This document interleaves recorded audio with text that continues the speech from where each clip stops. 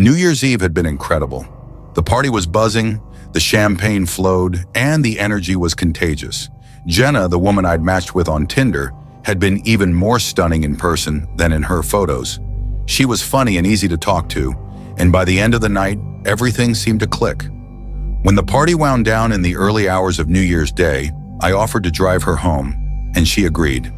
The city streets were quiet as we drove, the glow of streetlights reflecting on the damp pavement. At first, the car ride was filled with light conversation about the party and plans for the new year. But then Jenna's demeanor shifted. She kept glancing into the side mirrors, her easy smile fading as tension settled into her expression. That's when I noticed a black sedan following us. At first, I brushed it off, assuming it was just someone else heading home. But as I changed lanes and took a few extra turns, the car stayed behind us, matching every move. It felt deliberate, and a knot began to form in my stomach. Jenna suggested taking a back road, one that would cut through a wooded area and supposedly get us to her place faster.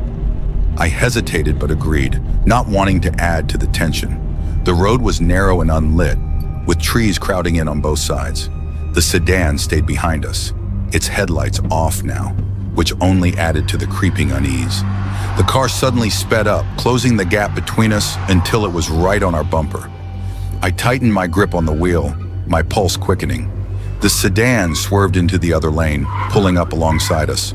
For a split second, I glanced over and saw the driver, a pale-faced man staring straight ahead, his expression unreadable. Without warning, the sedan swerved toward us. I hit the gas, trying to escape, but the icy road made it almost impossible to maintain control. Is he trying to kill us? The sedan clipped our rear bumper, sending the car skidding. My heart was pounding as I wrestled with the wheel, managing to regain control just in time. Up ahead, the faint glow of a gas station appeared, a small island of safety in the middle of the dark road.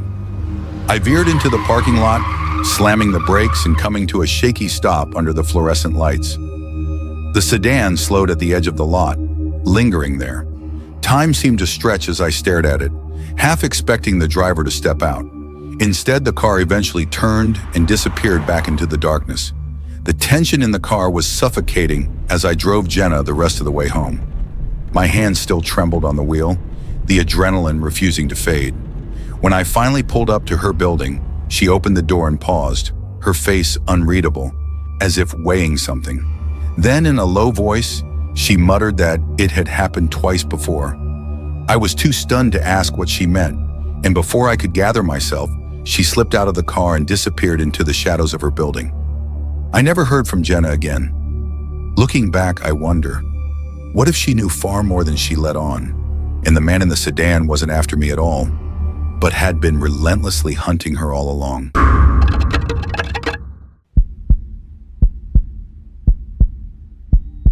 It was the beginning of 2021. I was a nurse working at a small local hospital and was hoping for a better year after the nightmare that was 2020. COVID had stretched us to the breaking point. Staff shortages, overworked shifts, and a constant sense of burnout. That night, we were working with a skeleton crew, just me and 2 other nurses. When they decided to step out for a quick break, I agreed to hold down the fort, thinking nothing of it at the time. But that night made every tough moment in 2020 feel like a cakewalk. It was just past 1 a.m. when everything began.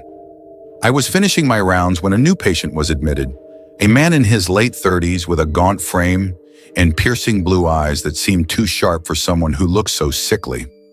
The police had brought him in after finding him wandering the streets, muttering incoherently. He wouldn't give his name, so we labeled him John Doe. Something about John was off. He wasn't violent, but his presence unsettled me in a way I couldn't explain. He just sat there in the bed, unnervingly still, except for his eyes. They tracked me every time I passed by his room, like a predator watching prey. Around 2 a.m., I was desperate for a cigarette. I'd been trying to quit, but that night my nerves were shot. The tension of the shift, the eerie quiet of the hospital, and John's piercing stare. It was all too much. I told myself to hold out a little longer and decided to grab a coffee from the break room down the hall instead. As I walked through the dimly lit corridor, the sound of my footsteps seemed to echo louder than usual, heightening my unease. Suddenly I heard tap, Tap, tap. It was coming from John's room. I stepped in to check on him, and there he was, sitting on the edge of the bed, rocking back and forth, his long fingers drumming against the metal rail. He looked up at me with a sinister grin and said, "Tag, you're it." I asked what he meant, but he just continued swaying with that chilling grin on his face. I stepped back and left the room. By this time, I was irritated. My co-workers still hadn't returned from their break, clearly taking advantage of the time. The thought of having to deal with yet another unsettling patient by myself made my blood boil. It felt like the weight of the entire shift was falling squarely on my shoulders. By 3:30 a.m., I was jittery. I sat in the break room, sipping coffee, trying to shake the unease. That's when I heard footsteps, slow, deliberate, like someone was pacing just outside the door. I stepped into the hallway and saw nothing. But then I noticed John's door was wide open. His bed was empty, and the restraints that had been on him earlier were neatly folded on the chair. I stared in disbelief. "Who is this guy? Freaking Houdini?" I muttered, trying to convince myself it was just nicotine withdrawal playing tricks on me. I radioed security, but before they arrived, the power flickered, plunging the hallway into darkness. The emergency lights clicked on, bathing everything in an eerie red glow. That's when I heard his voice echoing softly through the corridor. "Tag, you're it." Panic surged through me. I bolted toward the nurse's station to call for help, but the phone line was busy. Then I felt it, a presence behind me. My breath caught as I turned. Standing at the far end of the hallway, illuminated by the dim emergency lights, was John. His piercing blue eyes gleamed, and he started walking toward me. His steps started slowly, but then quickly picked up the pace, his bare feet slapping against the cold tile. I didn't think, I just ran. I don't even remember how I ended up in the supply closet, clutching a pair of scissors and shaking like a leaf. Security found me there, and when we searched the hospital, John was gone. The police were called, but there were no leads. No one could explain how he'd escaped. To this day, I don't know who or what John Doe was, but I know this. His piercing eyes and those eerie words, "Tag, you're it," still haunts the hell out of me. I quit that hospital a few weeks later and never worked another night shift again.